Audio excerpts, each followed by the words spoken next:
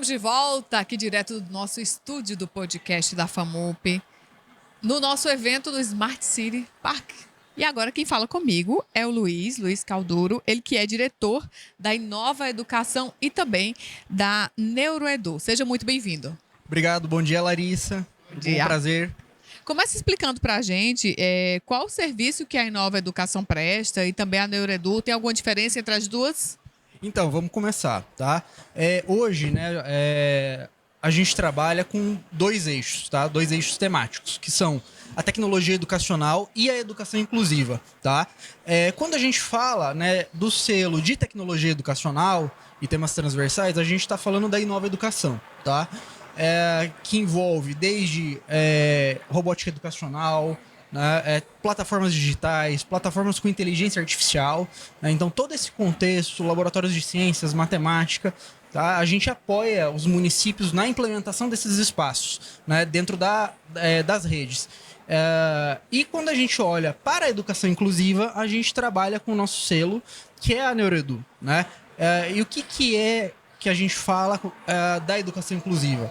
Hoje, nós implementamos espaços adaptados, ecossistemas de educação inclusiva para atendimento desde crianças com deficiência, como também crianças neurotípicas, né, que inclui crianças autistas, com TDAH, com TOD e por aí vai, né?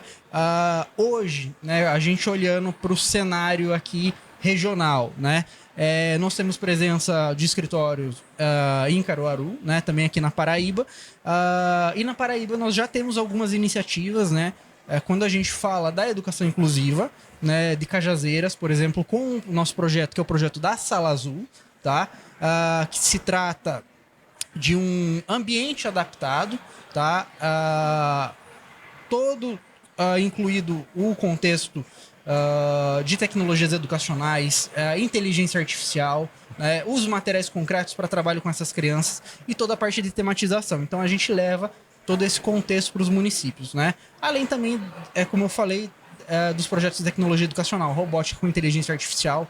Hoje nós somos a única empresa que tem uma robótica que é realizada a programação através de gestos, reconhecimento de fala e som, né, justamente para trazer essa inclusão para a realidade dos municípios. Tá, Larissa? Onde é que a empresa de vocês está hoje? Hoje, localização dela, né? A gente está em Curitiba, tem escritórios em São Paulo e também em Caruaru e em João Pessoa. E em presença, né? Em município, né? Quando a gente fala das redes municipais, nós já trabalhamos com a nível de estado, governo do estado do Amazonas, Rio Grande do Sul, né? Alguns municípios do Paraná, Rio Grande do Sul também. Aqui em Pernambuco e na Paraíba nós temos muita presença, né? Então a gente consegue está expandindo muito, né, dentro do contexto do sertão paraibano e por aí vai, tá, Larissa? E aí, você acha que os municípios eles já estão atentos a essas novas necessidades? Eles têm procurado esse tipo de serviço? Como é que você enxerga esse mercado? Olha, Larissa, a gente tem dois cenários aí, tá? Que isso vai muito de encontro com as legislações e as normativas que estão sendo criadas e estão sendo colocadas para os municípios, tá? Quando a gente fala de tecnologia educacional, a gente tem a própria BNCC de pensamento computacional, tá? Em que a gente trabalha, é obrigado a colocar dentro do currículo, seja criando um componente curricular novo, ou mesmo trabalhando de forma transversal com os componentes que nós temos atualmente, então com ciências, história, matemática, língua portuguesa, o pensamento computacional, que inclui a educação digital e a robótica educacional, né? Então, tem essas iniciativas, a gente fala também do VAR, então implementar a BNCC de pensamento computacional é uma das condicionalidades para que você consiga manter o recurso ou mesmo ampliar esses recursos recebidos pela administração, né? E a gente tem também, quando a gente olha para a educação inclusiva, tá? Que é o atendimento a essas crianças neurotípicas, né? É um fato hoje, né, estatisticamente, o crescimento de crianças neurotípicas dentro das redes de ensino. Então, a gente vai de encontro, tem justamente leis para garantir esses acessos, mas também há os gargalos dentro das próprias redes de ensino públicas que nós temos.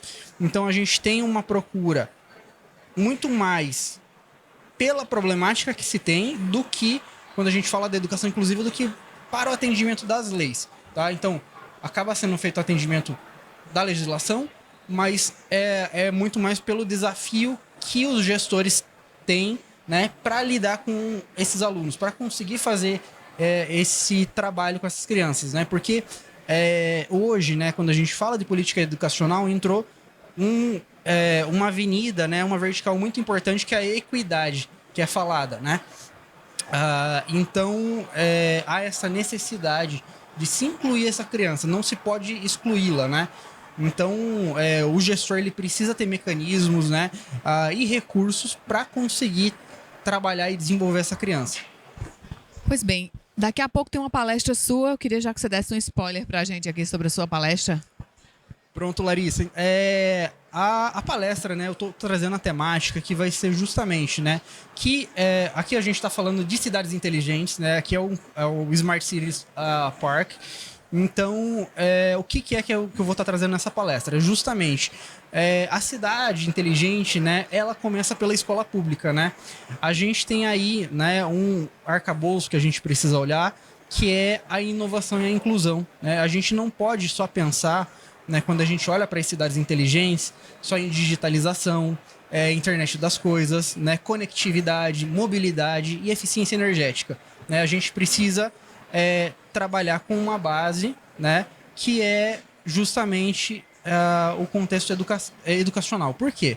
Quem são as pessoas, né, que irão conviver, utilizar os recursos de uma cidade conectada, de uma smart city, né, uma cidade inteligente?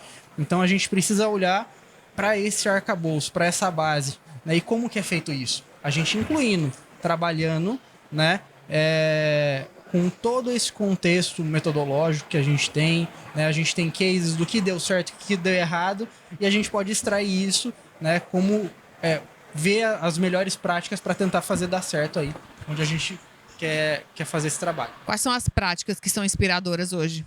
Hoje o que a gente vê muito, tá? Quando a gente fala de práticas, né, a gente tem dois cases, né, quando a gente fala de educação, né, que é, por exemplo, a Finlândia, né, e Singapura, né? Quando a gente olha digitalização, né, a Finlândia foi um dos pioneiros de levar, por exemplo, plataformas digitais, inteligência artificial, digitalização de todos os materiais pedagógicos da rede de ensino do país. E foi visto o quê? Que a tecnologia ela precisa estar no momento certo do ensino, né? Não é você substituir tudo que você tem pela tecnologia, mas colocar ela no lugar certo. E o que foi feito? Foi feita uma inversão. Então a gente traz o quê? O trabalho com material concreto. Então, seja desde brinquedos pedagógicos, recursos pedagógicos para trabalhar ciências, matemática de maneira concreta. Então a criança, ela faz essa interação, né, com o material físico, para a partir daí ela seguir para o abstrato e trabalhar com a tecnologia. Então a gente tem um caminho, né, que você trabalha do concreto para o abstrato, né? Isso foi a mesma coisa feita em Singapura, né? Tem um método que eles trabalham lá, que é o CPA, que é o concreto, pictórico e abstrato, né? Então a gente trabalha, né, tem uma lógica de trabalho. E a gente vê isso no reflexo, por exemplo, dos índices educacionais, né? Então, é possível construir essa base, né, dessa população que vai morar nessas cidades, né, ou que já estão trabalhando e morando, né, para conseguir ter esses avanços, né? E também tem os cases que deram errado, né? Nós temos, por exemplo, a Songdo, na Coreia do Sul, né, que foi uma cidade totalmente planejada para ser inteligente, né? Gastaram 80 bilhões de dólares na cidade, mas que hoje a previsão de população era que tivesse 200 mil habitantes, mas hoje não tem nem metade disso, tem 90 mil habitantes, né? Porque é uma cidade que foi primeiro pensada na tecnologia, né? Foi pensada na conectividade, na mobilidade, mas deixou de olhar para quem utiliza, né? Nos espaços inclusivos, nos espaços de convivência. Então isso é que a gente consegue tirar de lição, né? Olhar os cases que deram certo e os que deram errado. qual o legado que esse evento deixa para os gestores e até mesmo para promover esse alinhamento, essa ponte entre vocês que prestam esse serviço e entre os gestores? Eu acho que esse tipo de evento, né, quando a gente olha para gestor, acaba, ainda mais aqui a gente está no estado da Paraíba, né, acaba trazendo, né, um olhar diferente do que o gestor está acostumado a ver, o entendimento. Então eu acho que abre muito mais, serve para abrir a cabeça desses gestores, para entender o que tem de potencial sendo já trabalhado, quais são os municípios que estão dando certo, porque eu acho assim, que quando um gestor ele olha, né, e ele vai tentar trabalhar com uma política específica para o município, o ideal é fazer o quê? Olhar para o que deu certo, né? Para tentar ter uma aprendizagem, né? Entender, poxa, o que naquela cidade tá dando certo, o que já deu errado, o que eu posso extrair do melhor para o meu município, né? Então, eu acho que esse evento tá trazendo muito esse caminho para os gestores aqui da Paraíba, né? A gente tem gestores do Brasil todo, né? Mas eu acho que é muito esse caminho que está sendo deixado, né? E para as empresas, eu acho que também, independentemente se é a Inova, a Neuroedu ou qualquer outro que está aqui, é justamente trazer, né, esse diálogo com os gestores, mostrar o que pode ser feito, né? E como que a gente pode apoiar nessas estratégias. Maravilha. Só te agradecer pela tua participação no nosso podcast, dizer que você é sempre muito bem-vindo por aqui. Muito obrigado, Larissa.